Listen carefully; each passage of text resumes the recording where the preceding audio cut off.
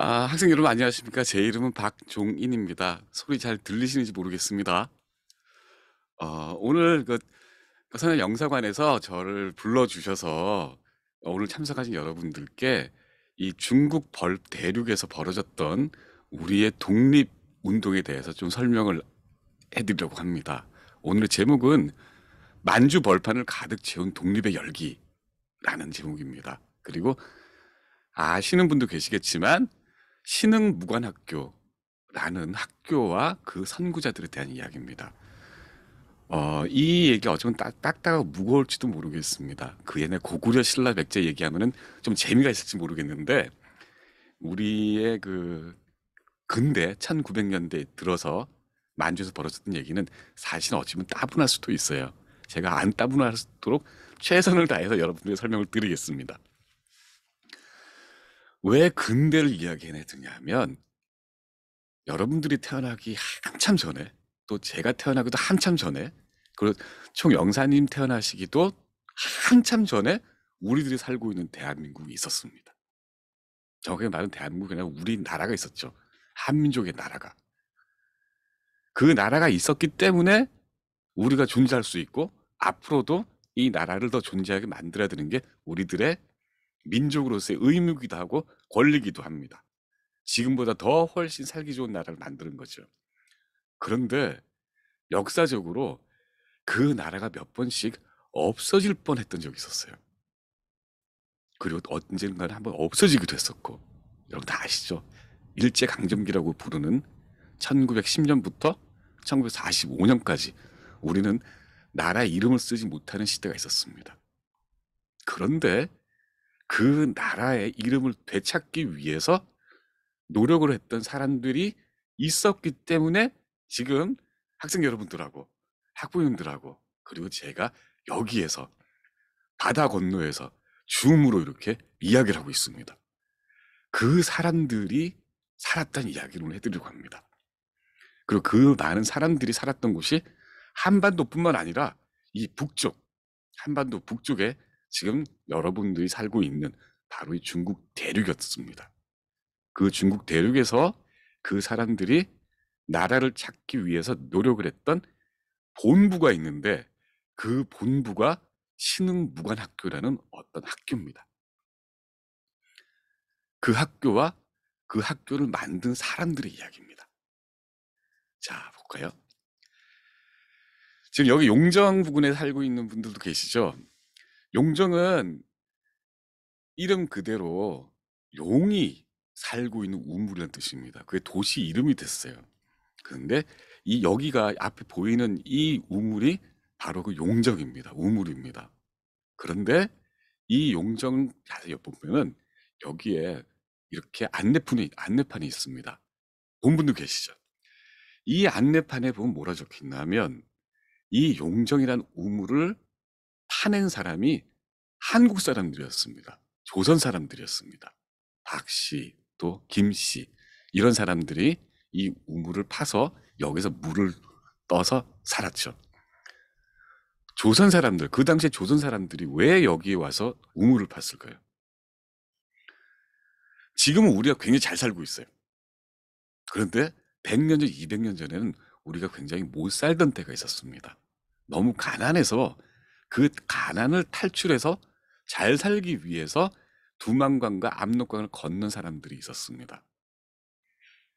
그 사람들이 이렇게 넓고 살기 좋은 들판을 발견을 했어요. 그래서 거기에 사람들이 살기 위해서는 물이 필요하니까 우물을 판 게 이 용정입니다. 다시 말해 무슨 말인가 하면 용정이란 곳은 그 수많은 중국 대륙에 살고 있는 수많은 사람들 중에서 조선 사람들이 처음 만든 그런 마을이에요. 그게 지금 엄청나게 발전하고 커져서 지금의 용정이 된 겁니다. 그리고 용정에서 제일 유명한 사람 바로 이 사람입니다. 여긴 옛날 대성중학교라는 학교였고 저 안에 보이는 저 비석은 대성중학교 졸업생 이제 알죠? 시인 그 사람이 살던 곳입니다. 지금도 이 윤시인을 기리는 그런 생가도 남아 있고 그리고 이 한국에서 용정에 놀러 가는 사람들은 반드시 이 비석을 보고 그리고 윤동주라는 시인에 대해서 자랑을 느끼기도 하죠. 자, 그런데 용정에 있는 이 지역을 옛날 사람들은 만주라고 불렀습니다. 옛날에는 텅텅 비어 있는 곳이었습니다. 사람들이 많이 살지 않았었어요. 그런데 이 만주 땅 중에서 조선과 가까이 있는 땅을 사람들은 간도라고 불렀습니다. 간도는 사이에 있는 섬이란 뜻입니다. 대륙에 있는데 왜 섬이라 그랬을까요? 섬은 그 옛날 지금 중국이 있기 전에 있던 나라가 청나라인데 이 청나라하고 조선 사이에 있는 섬이란 뜻이에요. 무슨 말이냐? 청나라를 맨 처음 만든 그 민족이 우리의 백두산, 중국에서 장백산이라고 부르는 이 백두산 주변을 굉장히 성스럽게 여겼습니다. 그래서 거기를 청나라 쪽에서는 아무도 들어가지 못하게 만들었었거든요. 그래서 둥 떠 있었던 겁니다. 섬처럼. 아무도 살지 않았죠. 그런데 거기를 19세기에, 그러니까 지금부터 한 200년, 150년 전에 조선 사람들이 들어가서 땅을 평평하게 만들고 우물을 파서 살기 좋은 마을을 만들었습니다. 그래서 이 간도는 사이간자를 쓰기도 하지만 땅을 고른다는 뜻의 간도라고 부르기도 합니다. 우리 쪽에서는요.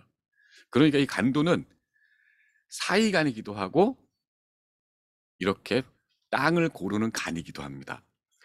자, 이 간도가 바로 지금 지도에 보시는 것처럼 이렇게 오른쪽에 이 백두산을 중심으로 해서 오른쪽, 동쪽으로는 북간도라고 부르고 왼쪽으로는 서간도라고 불렀습니다. 여기에 지금 여기 살고 계신 분도 계시겠죠. 이쪽에 조선 사람들이 집중해서 몰려서 살았습니다. 왜냐하면 한반도 가까웠으니까. 그리고 많이 춥지 않고 땅을 비록 그때 처음 살 때는 땅이 좋지 않았지만 점점 조선 사람들이 여기를 땅을 살기 좋은 땅으로 만들어 버린 겁니다. 그래서 오른쪽에 있는 간도를 북간도라고 부르고 왼쪽에 있는 땅을 서간도라고 불렀습니다. 여기에 바로 서간도에 통화에서 북쪽 어느 쪽에 신흥무관학교라는 학교가 어느 날 딱 생깁니다. 여기가 바로 만주 무장 독립투쟁의 뿌리였습니다. 무장은 총이나 칼을 들고 싸운다는 뜻이고 무엇을 위해 싸우나? 독립을 위해서 일본한테 의해서 이름을 빼앗겨버린 조선을 되찾기 위한 총을 들고 싸우는 투쟁의 뿌리였던 겁니다. 신흥무관학교라는 게. 이게 뭘까요? 1910년 아십니까? 경술국치라고 부르는 해가 있었습니다. 1910년 8월 29일에 만국이 됩니다. 그때 조선이 일본한테 멸망을 당합니다. 그러면 그 위에 많은 일이 벌어지죠. 그 뒤로 1945년까지 35년 동안 예를 들어서 제 할아버지나 증조 할아버지는 성도 없었고 일본식으로 성도 바꿔야 했고 이름도 바꿔야 했고 그리고 어떤 때는 전쟁 때 끌려가기도 했고 일본 사람들 많이 차별을 받으면서 살았습니다. 내가 조선인이라고 지금 여기 계시는 학생들이 쓰는 것처럼 내 이름을 한글로 쓸 수도 없었고 그런 시절이 자그마치 35년이 있었어요. 그러니까 나라가 완전히 망해버린 겁니다. 그러다 보니까 내 이름을 되찾고 내 나라 이름을 되찾겠다. 그런 사람들이 많이 생겨났죠. 문제는 한반도, 조선 안에서 그런 되찾으려는 독립운동을 하려다 보니까 한반도는 너무 위험했던 겁니다. 한반도 안에서는 일본의 군인들이 들어와 있고 경찰이 들어와 있고 일본 사람들이 계속 들어와 있습니다. 계속 감시를 하고 저 사람이 나쁜 짓 안 하나. 우리 쪽에서 볼 때는 착한 일인데 저쪽에서 볼 때는 나쁜 짓을 안 하나. 감시를 하고 체포하고 이런 일이 자꾸 벌어지니까 이렇게 독립을 원하는 사람들이 결정을 내린 게 있었습니다. 한반도 안에서는 독립운동이 불가능하다. 그러니 언젠가 우리가 독립운동을 해서 나라를 되찾기 전까지 우리의 독립운동 본부를 바깥쪽에다 마련해야겠다 해서 결정한 곳이 바로 이 간도 땅이었습니다. 여기를 독립군 기지로 만들겠다고 결정한 사람들이 몇몇 사람들이 있었습니다. 그 이후에 1910년, 그러니까 만국이 되고 나서 그 이듬해 1911년에 간도에 독립군 기지를 만들겠다며 망명, 나라 밖으로 몸을 피한 사람들이 있었습니다. 그 사람들이 훗날 신흥무관학교라는 어마어마한 학교를 만들게 됩니다. 어떤 사람들이었나? 그냥 중국으로 놀러 가겠다 그러면은 쉽게 갈 수가 있겠죠. 그런데 이 사람들이 독립운동을 하겠다고 갈 때다 보니까 비밀리에 작전을 펴서 남의 눈을 피해서 마치 스파이처럼 도망을 했던 거예요. 압록강과 두만강을 건너기 전까지는. 그 사람들이 어떤 사람들이었느냐? 서울에는 이회영이라는 선생님이 있었습니다. 형제가 6명이었는데 지금 화면에 보는 왼쪽에서 밑에 이분이 이회영이라는 사람입니다. 그리고 나머지 사람들은 다 영자 돌림을 쓰는 형제들이었습니다. 이 사람들은 어떤 사람인가 하면 영의정이라고 들어보셨죠? 조선시대에 지금의 한국의 국무총리쯤 되는 사람이에요. 이유원이라는 영의정이 있었는데 그 영의정의 다 아들들입니다. 사촌, 그러니까 조카들도 있었고 친아들도 있었고 양자도 있었습니다. 그 아들들이니까 그냥 일본한테 나라가 없어졌어도 가만히 있으면은 그냥 대충 살 수가 있는 사람들이었어요. 부자로. 왜냐하면 옛날에 이렇게 벼슬을 지는 데다가 굉장히 부자였습니다. 서울에 살았던 분들은 아시겠지만 서울에 제일 땅값이 비싸고 제일 사람들이 살기 좋았던 곳이 서울 명동이에요. 그 명동의 명동성당 일대가 바로 이 사람들의 땅이었고 집이었어요. 그리고 경기도에도 굉장히 많은 땅을 가지고 있었고 돈도 많이 있었죠. 그 돈이 재산이 지금 요새 돈으로 치면은 600억 원이 넘는다고 합니다. 그런데 이 사람들이 특히 이회영이라는 사람, 이 사람이 결심을 한 겁니다. 나라가 없어졌는데 우리가 그 옛날부터 잘 사는 집안이라 할지라도 나라가 없으면 우리가 살 이유가 없다. 그렇기 때문에 나라를 찾아야 된다. 그래서 자기 형과 동생들하고 회의를 합니다. 나는 이러이러해서 만주로 가려고 한다. 형제들도 나를 따라라. 이러면서 모든 형제들의 동의로 만장일치로 만주로 가기로 합니다. 그래서 엄청나게 많은 재산을 모두 급하게 팔아버립니다. 돈을 다 모아요. 그래서 자그마치 마차 수십 대에 올라타서 이 식구들과 함께 생각을 같이 하는 그 사람들과 모두 함께 만주로 떠납니다. 이 이회영이라는 사람은 을사조약, 을사늑약이라고도 하죠. 을사 1905년에 조선의 외교권을 일본한테 넘기는 조약이 강제로 체결이 됐는데 그 체결 현장을 직접 눈으로 봤던 사람입니다. 그러니까 더군다나 화가 많이 났었죠. 그리고 반드시 이 나라를 되찾겠다고 생각을 했었고 그 목격을 하고 그 이후에 미리 간도 땅으로 와서 미리 독립군 기지를 만들기에 좋은 땅이 어디 있는지를 미리 다 구경을 하고 옵니다. 조사를 하고 옵니다. 그래서 어느 날 밤, 1911년 어느 날 밤, 이름이 사라져버리고 없는 자기 나라, 조선을 떠나서 만주로 갑니다. 그런데 이렇게 독립의 꿈을 꾸며 만주로 떠난 사람이 이 사람들 뿐만이 아니었습니다. 이 사람들은 서울에 있던 사람들이고 이 사람들이 600억 원이나 되는 큰 돈을 독립운동에 쓰겠다면서 서울을 떠나서 만주로 갔죠. 그런데 비슷한 때에 경상북도 안동에서 또 몇백 명이나 되는 사람들이 만주로 떠났습니다. 그 떠난 사람들을 총지휘했던 사람은 이상용이라는 선생님입니다. 안동은 지금도 선비의 고장이라고 하거든요. 그리고 안동에 있는 유력한 사람들, 이런 사람들은 그러니까 영향력이 많은 사람들은 서로 결혼도 하고 서로 친척이고 서로 간에 존경을 하면서 서로 간에 함께 행동을 하는 사람들이었습니다. 이상용이라는 사람의 가문이 굉장히 훌륭한 가문인데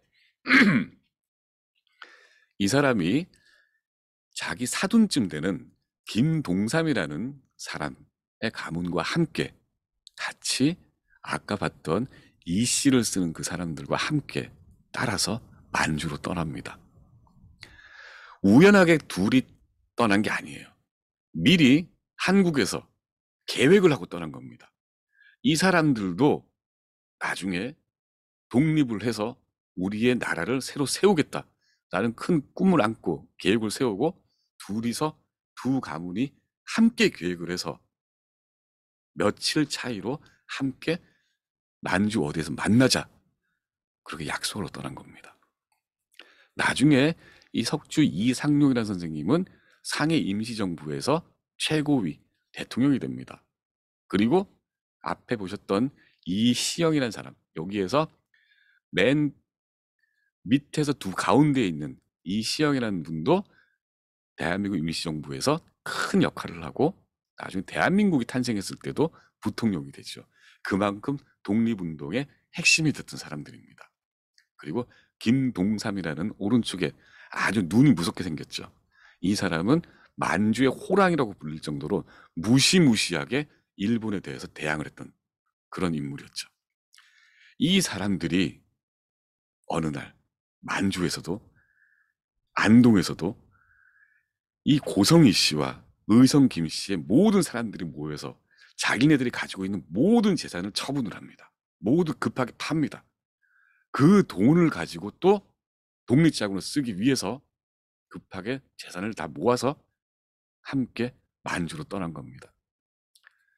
지금 생각해보면 제가 만약에 저렇게 부자였다면 저렇게 목숨을 걸고 여기서 그 재산만 써도 충분한데 행복하게 살 수 있는데 떠날 수 있을까? 만주로 목숨을 걸고 저는 못했을 것 같아요. 저는 그 용기가 없거든요. 그렇기 때문에 저는 앞에 보셨던 이회영 형제라는 선생님들 그리고 여기 보이는 이상용 선생, 김동선 선생 이런 분들을 굉장히 존경합니다. 그렇게 구국의 결단을 지금 내릴 수 있는 사람도 몇 명 없을 것 같습니다. 이런 사람들이 이 사람들이 나중에 함께 만들기로 결정을 한 게 바로 이 신흥 무관학교입니다. 무관학교의 독립은 목표는 독립이었습니다. 그냥 단순하게 학교 이름처럼 무관이란 그러면 군인을 양성한 학교인데 그냥 직업 군인을 만드는 학교를 만들겠다는 게 목적이 아니라 다른 목표가 있었습니다. 당연히 독립입니다. 대한민국을 만들겠다. 사라져버린 우리나라를 살려서 독립을 하겠다라는 목표를 가지고 만든 게 이 신흥무관학교라는 학교였습니다. 독립을 하기 위해서는 지도자가 필요합니다. 모든 사람들이 다 함께 아무런 계획 없이 그냥 뭉쳐서 있으면은 뭔가 일이 잘 되지 않습니다. 지도자가 필요하죠.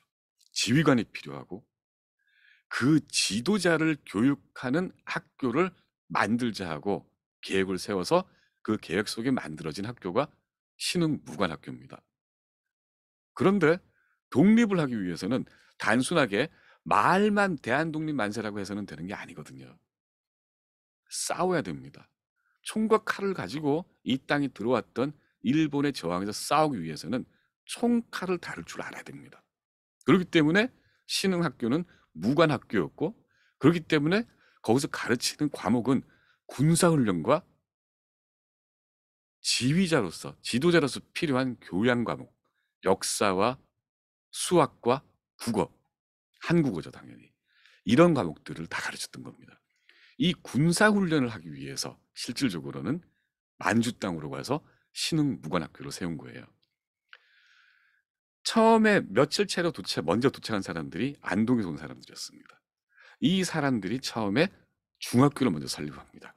교육이 중요하니까요. 그리고 이어서 서울팀이 합류를 합니다. 서울에서 왔던 사람들이. 문제는 군사적으로 가르치든 아니면 책으로 교과서를 가르치든 먹어야 살죠. 우리 배고프면 공부가 됩니까?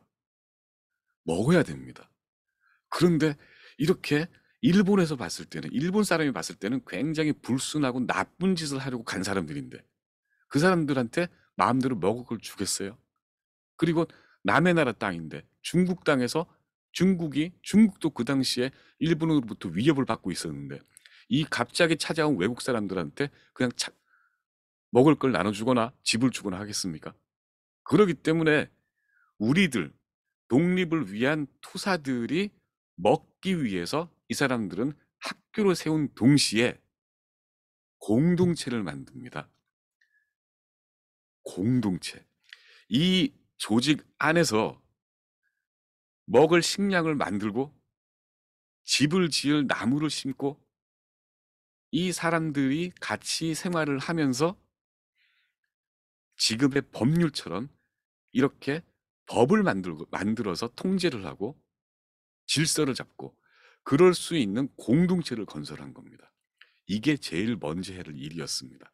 그냥 졸업생 졸업시키고 나서 보내는 이런 게 아니라 아예 그 옛날 용정을 만들듯이 이 사람들이 가서 조선 사람들이 독립을 염원하는 공동체를 아예 만든 겁니다. 그 공동체의 조직 이름을 경학사라고 했습니다. 경자는 밭을 간다는 뜻입니다. 학은 배운다는 뜻입니다.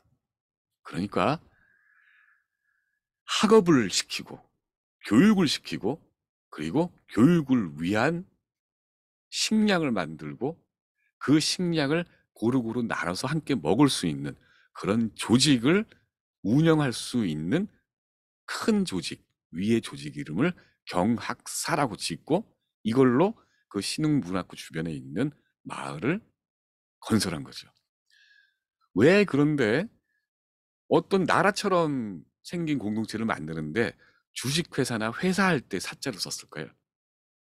이유는 이 사자가 아니라 만일에 이거를 무슨 위원회나 뭐 이런 식으로 이름을 지어버리면은 일본이든 중국이든 의심을 하겠죠.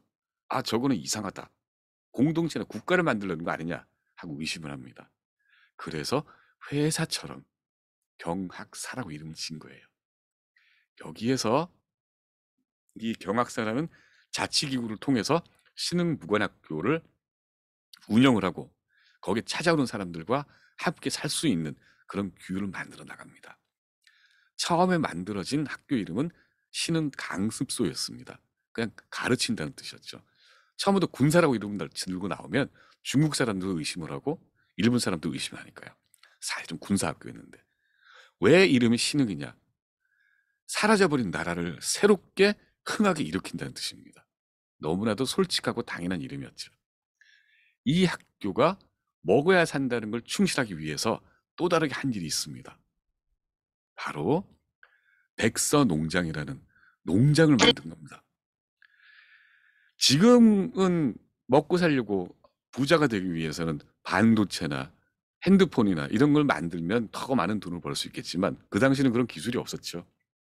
그리고 여기서 큰 돈을 벌어서 이렇게 무슨 뭐 저축을 하겠다 그런 뜻이 아니라 그 신흥무관학교에 찾아오는 모든 사람들이 함께 살 수 있는 그런 공동체에서 제일 필요한 게 식량이니까 그 식량을 생산할 수 있는 농장을 찾아온 사람들이 함께 만든 겁니다. 지금은 도시도 있고 길도 있고 도로도 있고 자동차도 있지만 그때는 아무것도 없었습니다. 1911년 이후. 그러니까 지금 앞에 사진을 보시는 것처럼 저렇게 돌투성이인 저 벌판을 중국 사람들로부터 비싸게 사서 저기를 다 일일이 돌을 걷어내고 농사를 지을 수 있는 농장을 만든 겁니다. 그래서 외부로부터 도움을 받지 않고 조선 사람들끼리 함께 생활을 하며 풍족하지는 않지만 그래도 어느 정도 앞으로의 계획을 세울 수 있고 실행에 옮길 수 있을 정도의 그런 수준의 공동체를 만들 수 있었던 겁니다. 그 이름을 백서농장이라고 했습니다. 신흥문화학교 주변이 이겁니다. 옛날에 이렇게 용정이 이거보다 몇십 년 전에 먼저 만들어졌다면 처음 생기기를 여기 서간도에 있는 풍화에서 유화 사이 여기 삼원보와 합리화 이쪽에 처음에 신흥무관학교 백서농장을 만들었죠. 그런데 이 학교가 몇 년 뒤에 고산자라는 곳으로 이동을 해요. 왜 이동을 하느냐? 1919년, 20년에 이동을 합니다. 1919년 무슨 일이 벌어졌죠? 바로 3.1운동입니다. 나라가 사라진 게 1910년인데 9년 뒤에 조선 땅에서 3.1 만세운동, 독립선언운동이 벌어집니다. 그때 대부분의 사람들이 잊고 있던 우리가 식민지가 됐구나 라는 그 슬픔이 싹 사라지고 있을 때쯤에 모두가 잊어버리고 있을 때쯤에 3.1 만세운동이 터지니까 갑자기 조선 땅에서 독립의 의지가 다시 타올랐습니다. 그런데 조선 땅은 이미 일본의 통치가 굉장히 강화가 되어 있어서 더 이상 무장투쟁을 할 방법이 없었습니다. 그래서 3.1운동 이후에 굉장히 많은 독립의 의지를 가지고 있는 사람들이 바로 이 신흥무관학교로 몰려오기 시작합니다. 그러다 보니까 더 넓은 땅이 필요하고 더 많은 교실이 필요하고 더 많은 건물이 필요하고 더 많은 농장이 필요해져요. 그래서 옆에 있던 합리화에서 고산자로 이렇게 이동을 합니다. 그만큼 세력이 엄청 커지죠. 이제 이 신흥무관학교만 제대로 운영이 되고 농장만 제대로 운영이 되면 그러면 어쩌면 1945년까지 기다리지 않고도 조선의 독립이 됐을지도 몰라요. 문제는 역사라는 것이 그렇게 우리가 계획했던 대로 움직이지 않거든요. 계획했던 대로 움직였으면 일본한테 식민지가 되지도 않았을 거고 우리가 어쩌면 그 옛날 조선 왕국이 지금까지 왔을지도 모르죠. 그렇듯이 이 신흥무관학교 큰 꿈을 가지고 있던 학교지만 계획대로 쓰지 못했습니다. 3.1운동이 그때까지 숨죽이고 있던 독립의 열기를 불태웠는데 그런데 그 당시에 그 불태우르던 독립의 열기가 한반도와 중국과 러시아 연해주 쪽에 있던 모든 사람들의 독립의식을 불태워서 굉장히 많은 조직이 만들어졌어요. 워낙 땅이 넓은 곳 흩어져 있다 보니까 지금처럼 정부가 하나가 생긴 게 아니라 너도 나도 여기가 우리를 중심으로 독립운동을 해야 된다. 아니다. 우리를 중심으로 독립운동을 해야 된다. 이렇게 주장하는 많은 사람들이 생겨났습니다.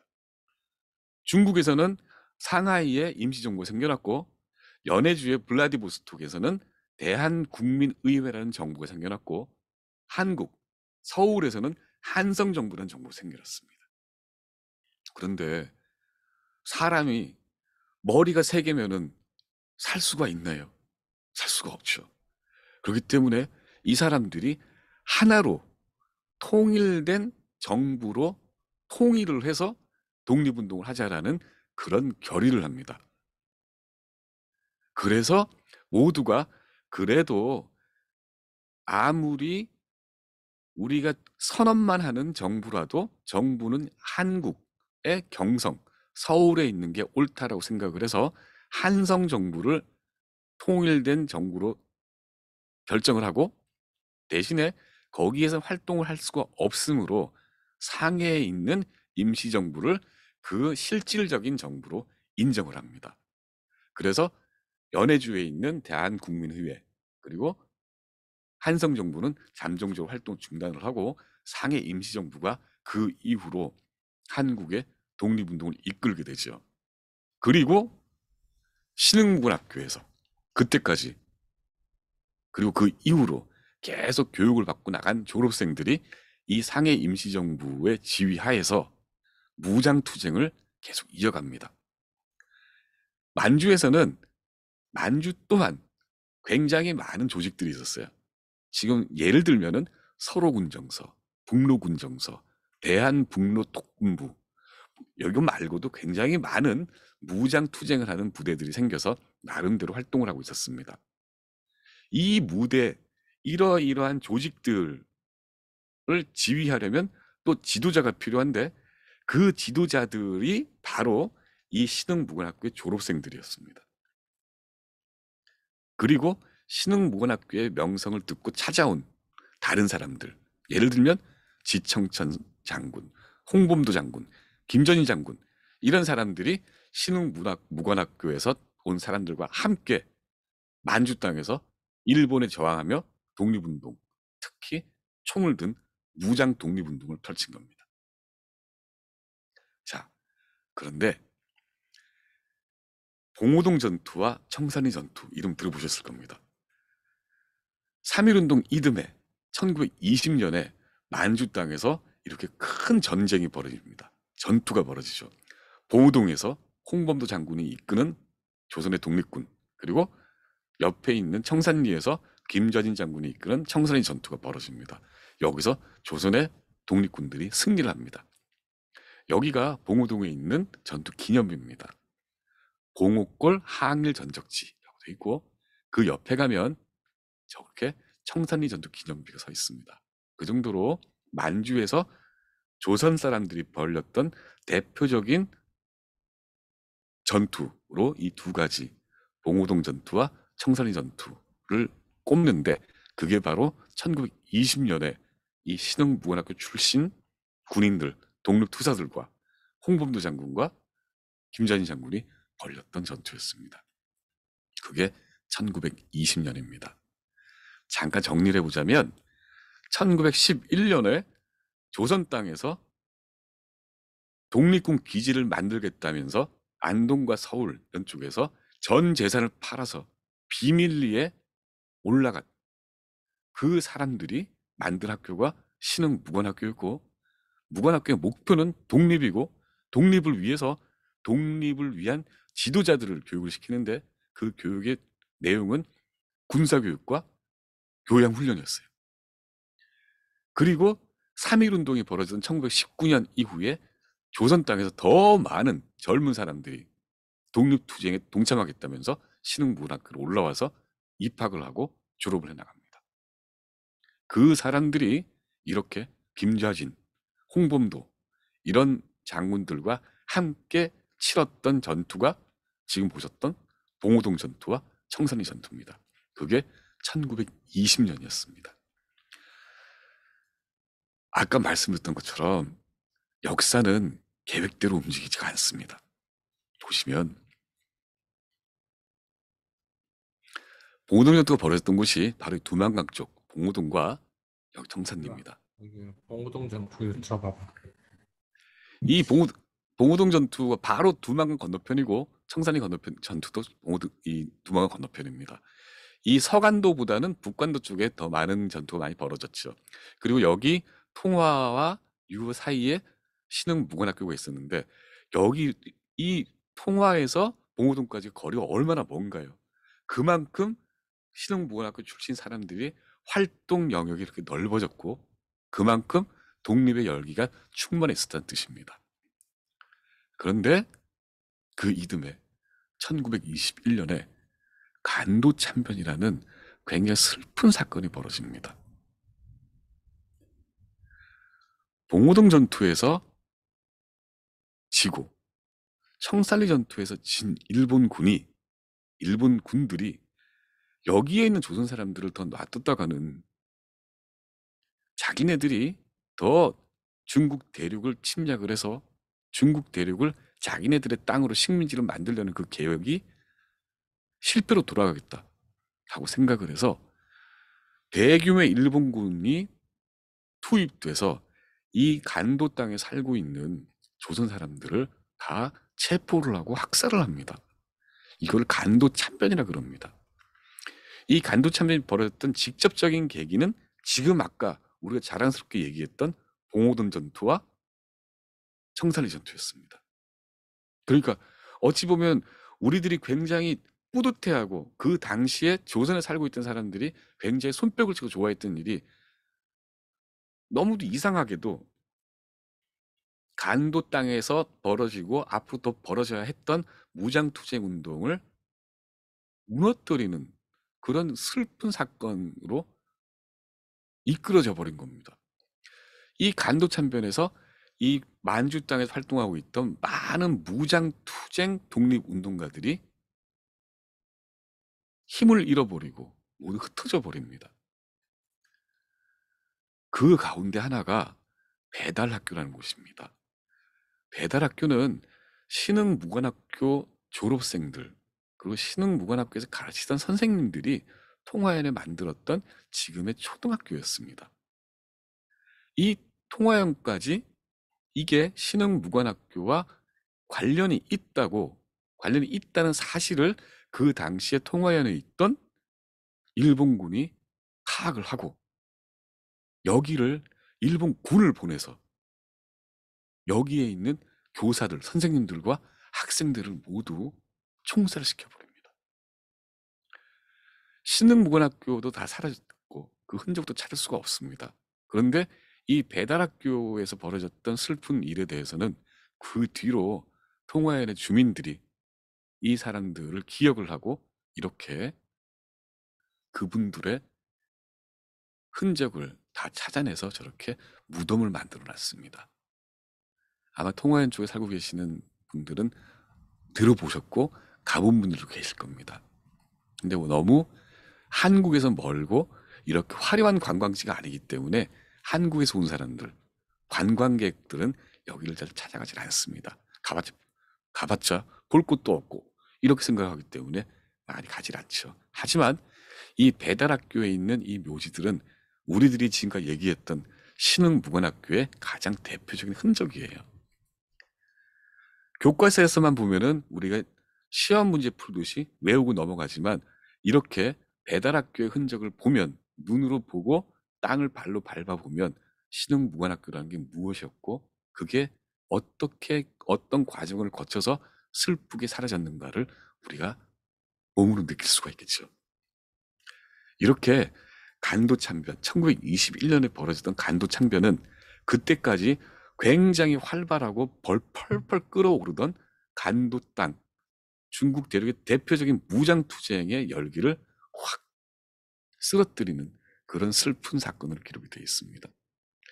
그러면 남아있던 사람은 어떻게 됐을까요? 이렇게 뿔뿔이 흩어졌던 독립무장투쟁 세력들은 1921년 그 해에 국경을 건너서 연해주로 갑니다. 연해주로 갔던 이유가 있습니다. 그때 자유시라는 곳이 있는데 자유시는 여 위에 빨간색 표시가 된 곳입니다.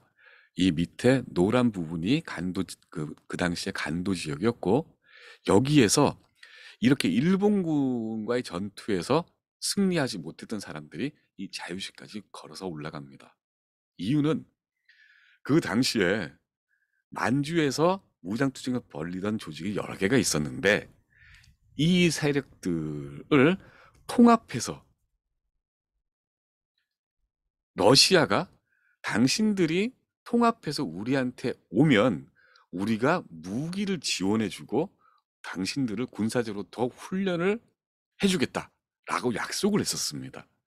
그래서 이들을 따라서 그 약속을 믿고 많은 무장 세력들이 이 자유시까지 간 겁니다.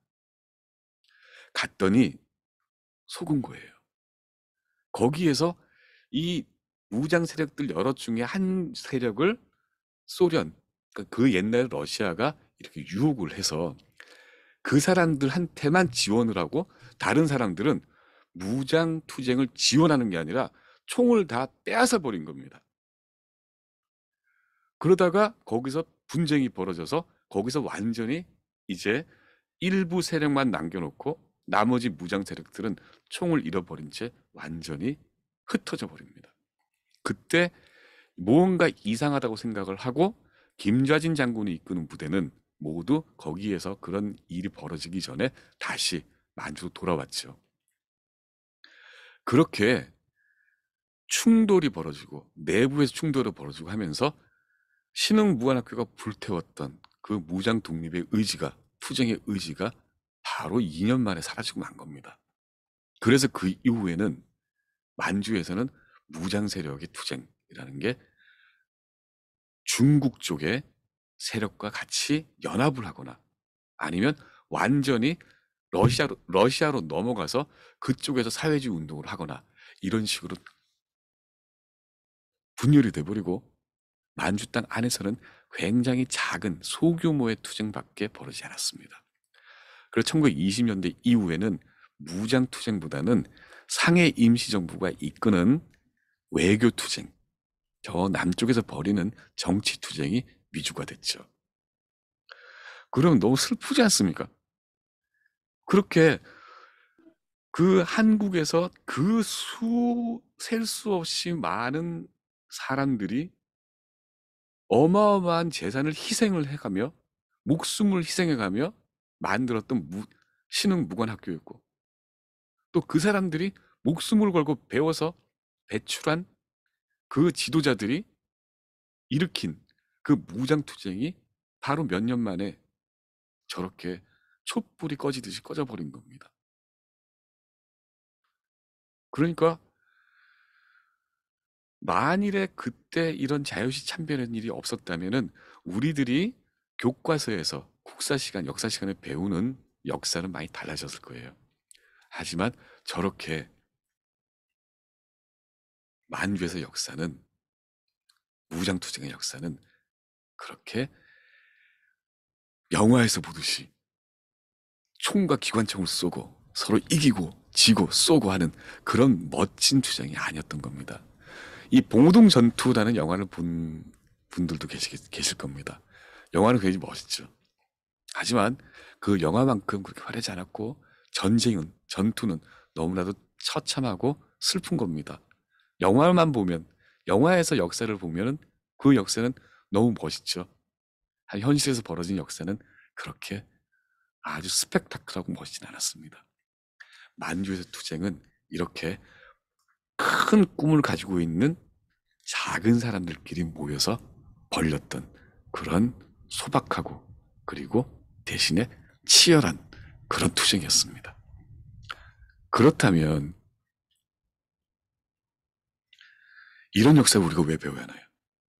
우리는 늘 그럽니다. 화려하고 자랑스러운 역사가 우리의 역사일 뿐 우리가 슬프고 실패한 역사는 우리가 볼 필요가 없다. 이렇게 생각할 수가 있죠. 하지만 이렇기 때문에 역사를 배워야 하는 겁니다. 역사, 이 동북에서 벌어졌던 그 슬프고 처절하고 참혹하고 대신 장엄한 그 역사를 우리가 배워야 할 필요가 있습니다. 왜? 일본은 한국을 식민지로 만들기 전에 러시아를 싸워서 이기고 청나라 싸워서 이겼던 나라입니다. 굉장히 힘이 센 나라였습니다. 그 나라와 대적을 해서 나라를 살리겠다고 나섰던 사람들이 바로 만주에서 투쟁했던 사람들입니다. 그 사람들에게는 아무것도 없었어요. 총도 없었고 칼도 없었고 그냥 허허 벌판밖에 없었습니다. 그런 사람들이 무장 투쟁을 해서 독립을 쟁취하겠다고 만주로 건너갔던 겁니다. 바로 그 사람들이 가지고 있었던 마음과 나라에 대해서 가지고 있는 태도를 우리가 이 슬픈 역사에서 배워야 되는 거죠. 왜 서울에 있는 이씨 집안은 그런 많은 돈과 그리고 그 부귀 영화를 갑자기 하루아침에 버리고 밤에 그 추운 만주로 갔을까? 안동에서 양반처럼 살고 있던 그 사람들은 왜 하루아침에 모든 걸 버리고 만주로 갔을까? 어찌 보면은 전혀 싸움할 가치도 없고 그냥 질 게 뻔한 그 싸움을 왜 이 사람들은 하려고 했을까? 그런 걸 생각해 봐야 되는 겁니다.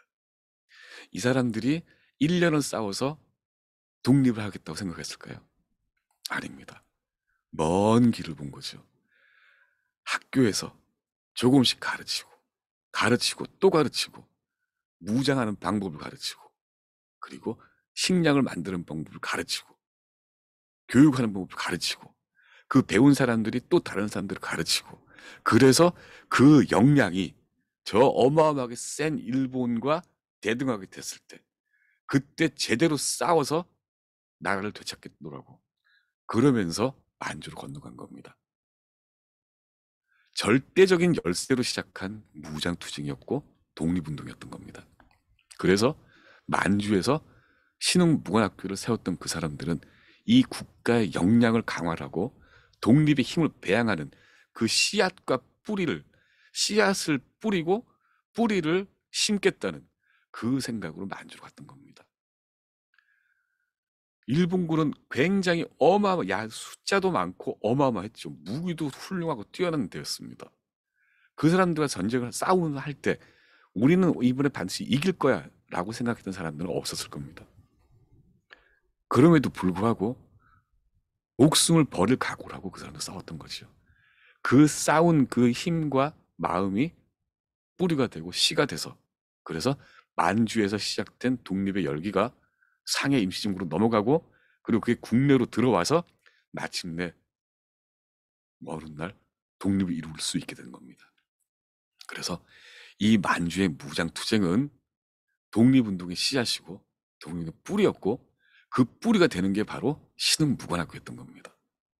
이 신흥무관학교를 만든 사람들은 이 석주 이상용이라는 선생님과 그리고 이 사람이 만들었고 이 사람들이 신흥무관학교를 세웠고 그 사람들이 이렇게 전투를 벌여서 이겼고 그리고 장엄하게 모두 죽었습니다.